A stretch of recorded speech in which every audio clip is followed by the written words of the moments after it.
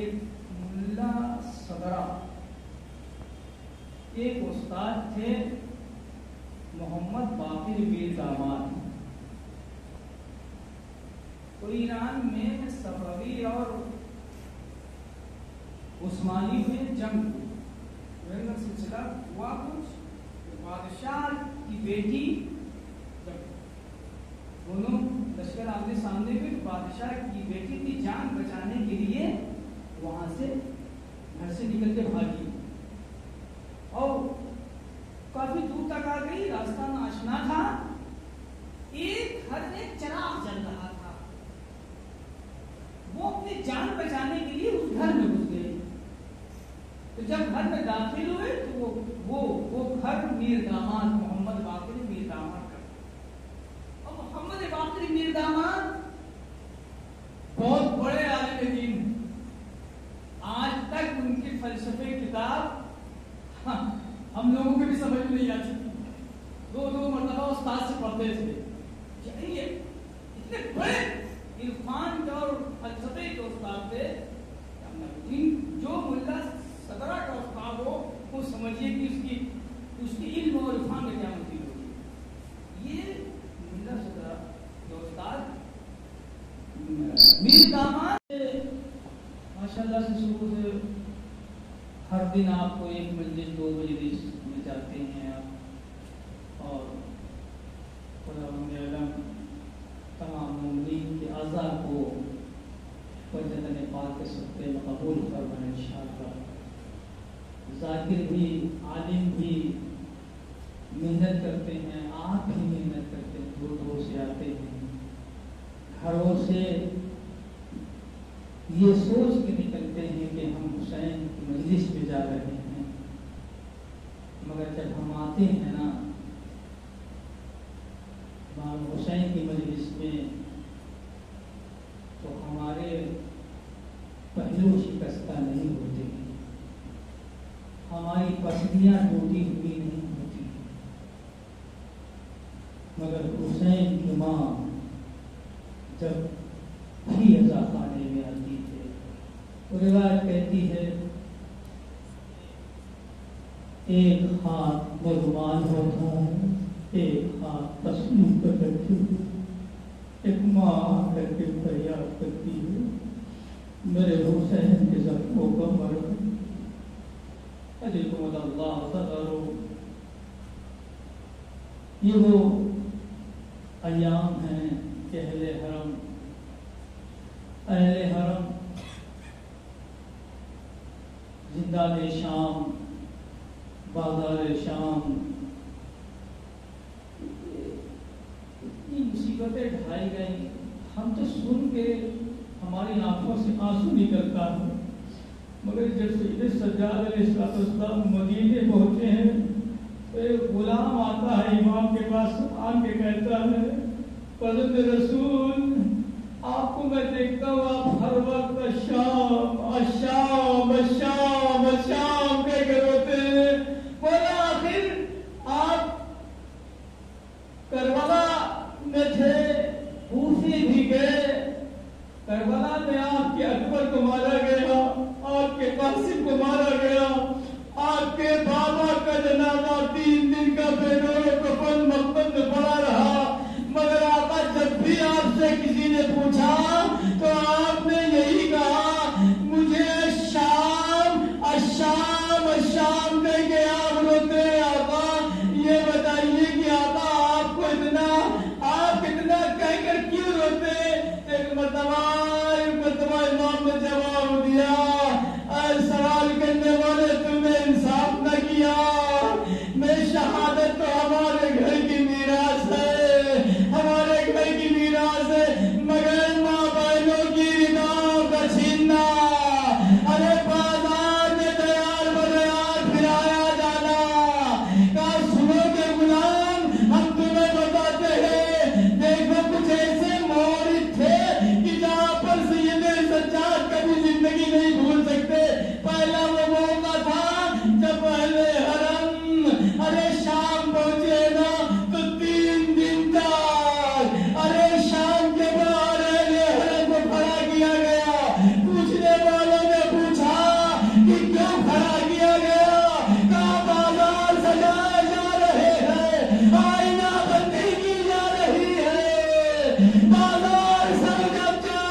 جب سج گیا نا تو ایک نے آواز دی، ہاذہ بنت السماء، ہاذہ السماء بنت رسول اللہ، ارے یہ رسول کی نوازیاں ہے، یہ علی کی بیٹیاں ہے، اجرکم اللہ۔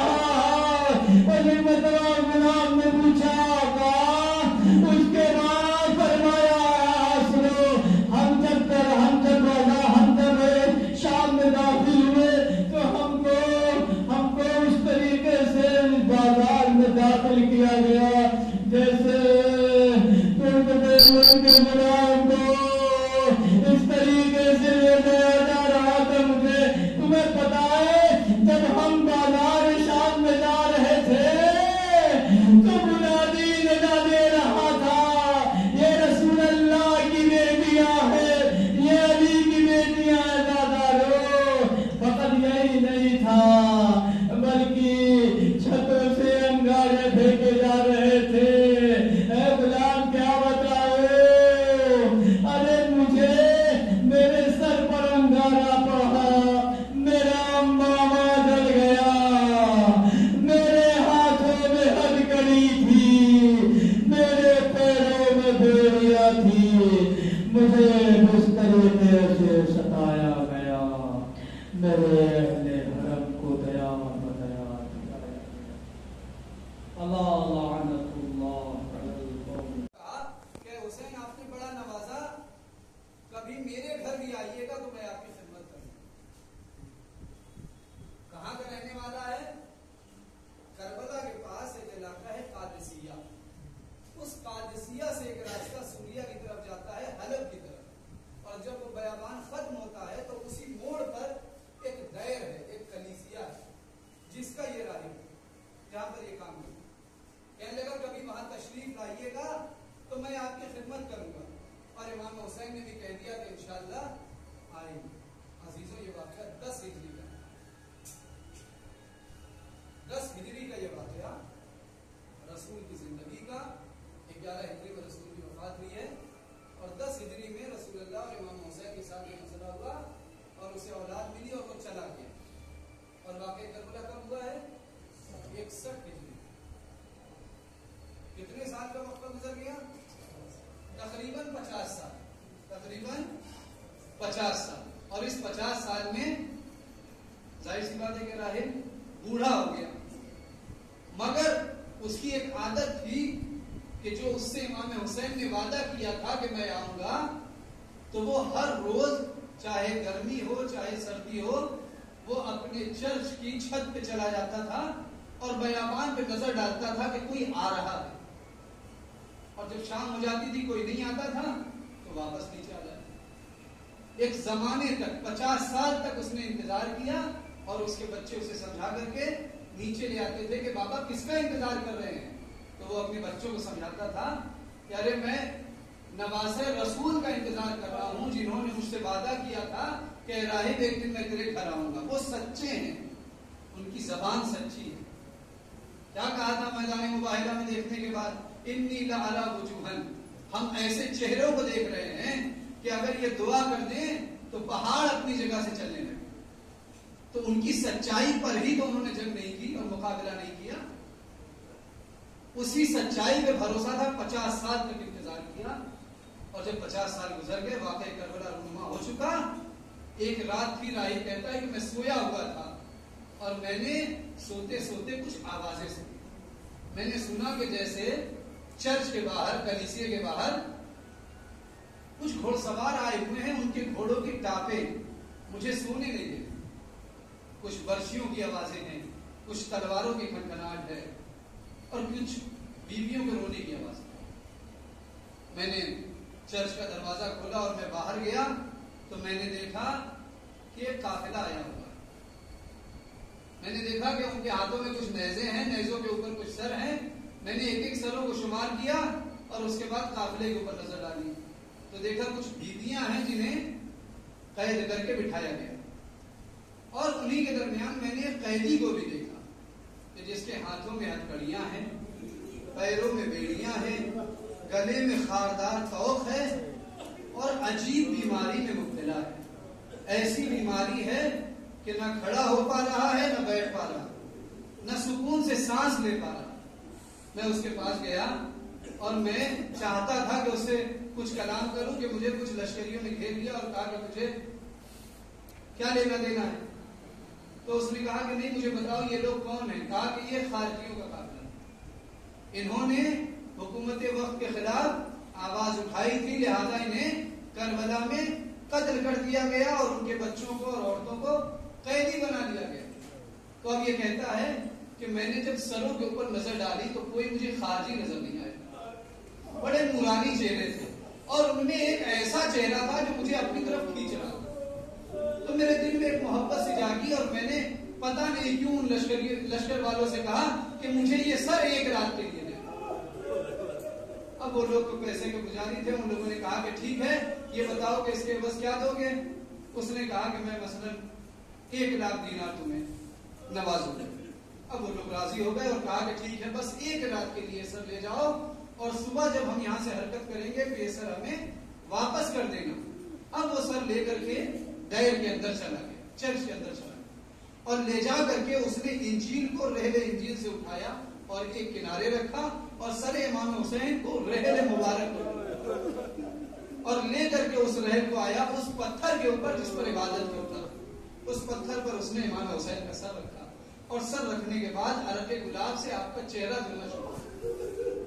اب جو چہرے کو دھلا تو ظاہر سی بات ہے کب امام حسین کو دیکھا تھا 50 سال پہلے, اور اب جبکہ 56 سال کے 57 سال کے امام حسین ہو چکے ہیں تو کیسے پہچانے گا.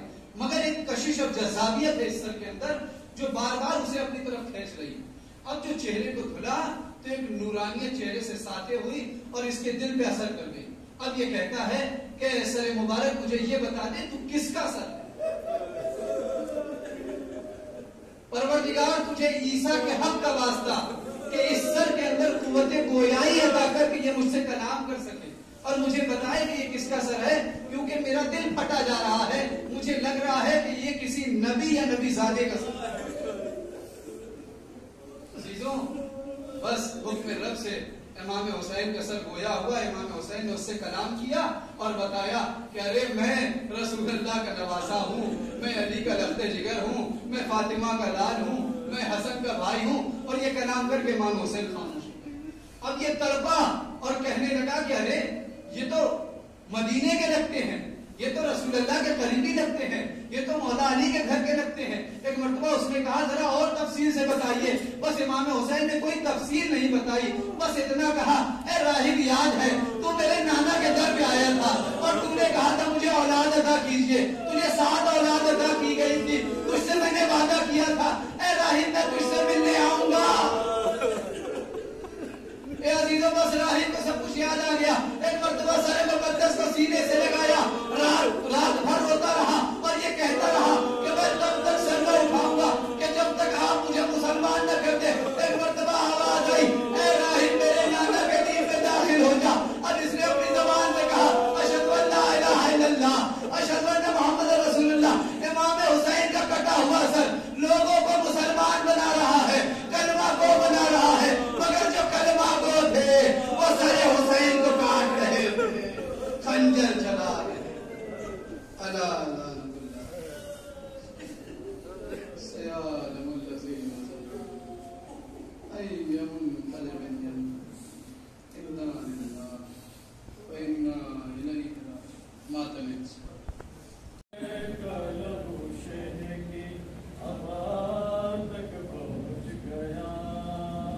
اکبر کا لہو شہری اباد پہنچ گیا, اکبر کا لہو شہری اباد تک پہنچ گیا, اکبر کا لہو شہری اباد تک پہنچ گیا, اکبر کا لہو شہری اباد تک پہنچ گیا, اکبر کا لہو شہری اباد